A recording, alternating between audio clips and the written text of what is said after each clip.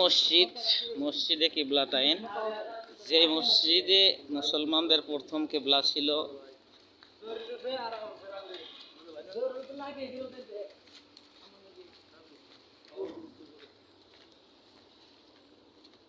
এই মসজিদেই মসজিদে আকসা। আল্লাহ রাসূল সাল্লাল্লাহু আলাইহি ওয়াসাল্লাম এই মসজিদে ইমামতি করার সময় হযরত জিবরাইল আমিন ওহী নিয়ে আসে, ইয়া রাসূলুল্লাহ, ইয়া হাবিবাল্লাহ, আপনার কিবলা এখন থেকে কাবা। তখনই 2 রাকাত নামাজ মসজিদে আকসায় পড়ে এবং পরবর্তী 2 রাকাত নামাজ, ওটা মহিলা এই সাইডে 2 রাকাত নামাজ